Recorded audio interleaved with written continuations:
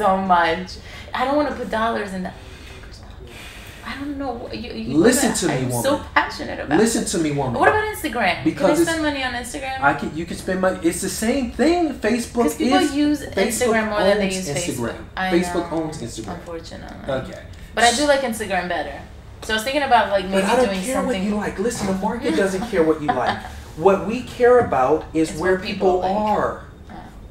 So we can't get attached to what's specific to us, to what our preferred method is. That's true. What we care about is where the eyeballs are. And so if the eyeballs are on Facebook, we're spending money on Facebook. If it's on Instagram, we're spending money on Instagram. It happens to be on both platforms, therefore you should spend money on both. Okay. I want you to do both. Do both. $100, write that down. Okay. $100 a month. Oh my God. Okay? That you are about to start running. Facebook and... Through Facebook. And this is just a start. With my handshake. This is going to go up. This number is going to go up. All right? Yeah. When? When I start making more. Well, I wouldn't say that. No? I would say as soon as you get your first return off of whoever that person is. Okay, that's a deal. Does that make sense? That's a deal, yes. Okay, so between Facebook and Instagram, you're going to spend $50 on Facebook. You're going to spend $50 on Instagram. And the reason we're going to do it in that fashion is because there are more older people on that platform than there are on that platform. With money. Who has money, who have resources. Yeah. So I don't want your sole lead generating source to be me. Your other lead generating source needs to be things that you... Hey, Al. How you doing, man? Good, Steve. Pleasure to meet you. Hey, Oz, we put stuff on video if you feel comfortable with that. You're good? Okay. Yeah, man, have a seat. This is Devin, by the way. What's up, man? I'm Devin. Devin, this is Oz. He's a Nice lender over at Movement Mortgage. Yep. Young hustler. Sir. Reached out, and I was absolutely stunned that I got a phone call from someone who was prospecting. And the fact that you said I'm just going through the database, prospecting. You don't hear that term very often, which is pretty funny. But anyway, how you doing, man? I'm doing great, yeah. I appreciate you calling me back this morning. But yeah, like I said, I've just been... how long you been in business? I've been at Movement for a year, but I got licensed in March, so closed my first loan the 1st of June. Nice. Okay. So I got another closing on July 13th. Good deal.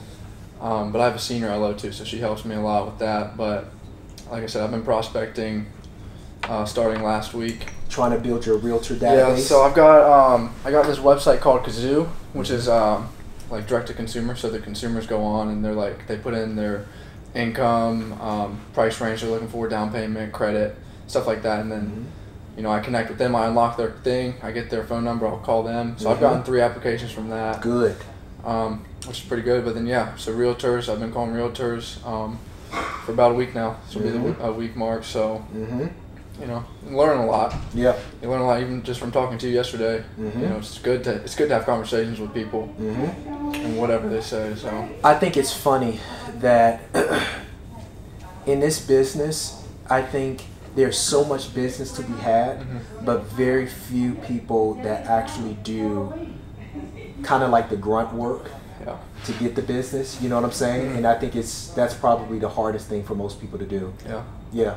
Well, that's what I'm saying. That's my only option. I don't have any so even for one of my leads on Kazoo, she was asking me a bunch of questions, and I was like, I'm not a realtor. I'm a loan officer, so I can help you with the financing, but I don't even have a referral partner to give her to. I've worked with realtors. Like I had a realtor obviously on the loan I closed. But sure. She was more with my seniors. My senior, she works in Keller Williams in Briar Creek, so she has a lot of realtors in there. But I'm trying to work my own business. Obviously, in your email, you were curious to know about how I built the team, and then I would assume you might have some other questions and all of those sorts of things. Well, yeah. I'd love to answer it. definitely started with the team. You know, that's a pretty big power move if you ask me. So what, you started with Colwell in 2011, and then or were you somewhere else before? Yep, that? I was with HPW back in 2011, and that's when I got into the business. I was an individual agent, just like yourself, starting a business. You know, I didn't really have much. It was just about grinding away, just trying to first just earn a living. You know, just trying to earn a living to pay bills and feed my family and all of those things. And so out of that, eventually over time, things got a little bit better, but that's how it all started. Yep. Yeah, so how was that for you? You know, how long did it take, you think? Or what do you think was the biggest thing for you that when you started to realize that you could make it work? First, it was hard. And it was a different time, too, because we were still in the recession for the most part. And we were in a different market. It was a buyer's market. And when I say it was inventory galore, it was crazy. I mean, it was so much inventory. It was, houses couldn't sell for the most part. Now, we were better than some other markets, but for the most part, it was just taking time. And so the difficulty was in trying to get buyers to do something. Now the difficulty is different. The difficulty is that you don't have the inventory to sell to buyers. But that was the challenge in the beginning. And then the other side of the challenge was I didn't have a lot of money to reinvest back into the business right away. And so just like in your business, in our business, what matters more than anything is, sure, we can knock on doors, we can call, we can do all of these things. But the other side of the coin is you have to have money to scale the business. Because if you don't have any leverage, then you can only keep doing that for so long. Does that make sense? It's only so many hours during the day that you can actually call people on the phone. There's only so many hours of the day that you can come by an office and try to build a personal relationship before you need money to scale, so that you are actually getting in front of people over and over and over again, even when you're at home sleeping. Yeah, I hear you. All right, well, yeah, so then I just saw, the only thing I could really find was on your site, talked about precision marketing, obsessive practice, and customer service. Obviously, I want to be all over that, but what about the marketing? What has been the most successful marketing thing for you think? For me, it's been, without question, social media platforms. So over time, we've been able to build a brand. So this, I guess if you want to call it, I guess you would call it a brand, right, Devin? It's a brand. Yeah. I mean, and so, but I think over time, what we've been able to do is, with social media, I think the beauty of it is that when you use it correctly and you use the correct languages on those specific platforms, it really gives you an advantage in terms of getting in front of the right consumer, or consumers, period, over and over and over again. I wouldn't even necessarily say the right consumer, because we don't have control over who calls or who emails or who DMs us. Does that make sense? It's just as long as you're getting in front of people enough, that is going to be one of the door openers to bring you in business. And so that has probably been the biggest thing, in addition to spending money on those platforms. So I spent money on that Kazoo, paid for that monthly, trying to capitalize there. I did my first Facebook post last week too. Good.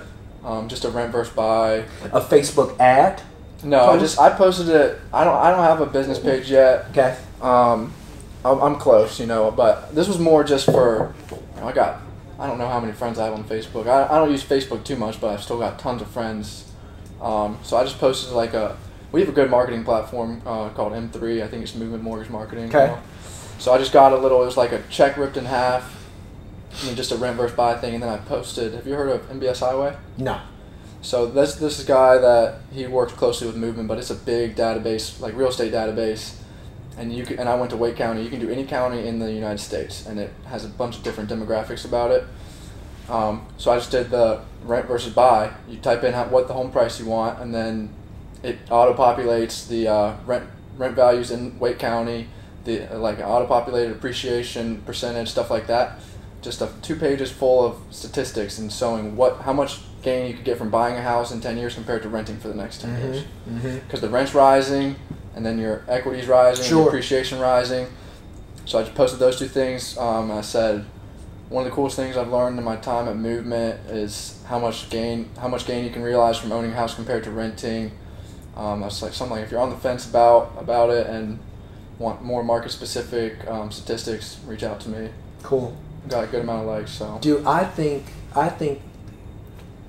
I would consider this if I were in your shoes today. You called me and you mentioned a program that you can offer that very few lenders can do, which is you can provide an FHA loan for a borrower with a 580 credit score. Yeah. That in of itself is news. Does that make sense? Yeah. What if you created a graphic, prettied it up, not too much information on it because too much data becomes a bit cumbersome to the consumer, right? And you posted that on Facebook, ran it as a Facebook ad in conjunction with an Instagram ad. Dude, the amount of phone calls you should get off of that, if you also do it right. The creative needs to be nice. So you understand what I mean when I say creative? Yeah. Okay. But in addition to that, targeting the demographic needs to be well thought out as well. On that platform, you will get phone calls. You understand what I'm saying? And people click on that ad and it takes them to a pretty nice landing page that gives them more information, talks about you. I think that will go a long way. Because at some point, listen, this is business. In business, you have to take risks. You know that. And so it is what it is. In order to make money, you got to spend money, right? So I would do that. Yeah. In addition to that, I would also have you considered doing any business with Zillow? I don't really know the logistics of it, but it seems like, if I'm not mistaken, they have platforms for. Obviously, realtors do a significant amount of business with Zillow, but I'm pretty sure that mortgage professionals have the same option as well. They have a loan officer tab up top where you can click real estate agents, or you can look for loan officers too up there. So. Now, I'm not saying that it's cheap. So, it depends on what the cost would be, because I know, but I don't think that, and they operate by an auction model. So I don't believe that it should be as expensive if you were a real estate agent. So the cost should be a little bit better from that standpoint, because I don't think a lot of loan officers are doing it, but I would do that like yesterday as well. Facebook and Zillow are the platforms that you need to be on at all times, every month. You need to allocate a good percentage of your marketing budget on a monthly basis towards that. Because think about this too.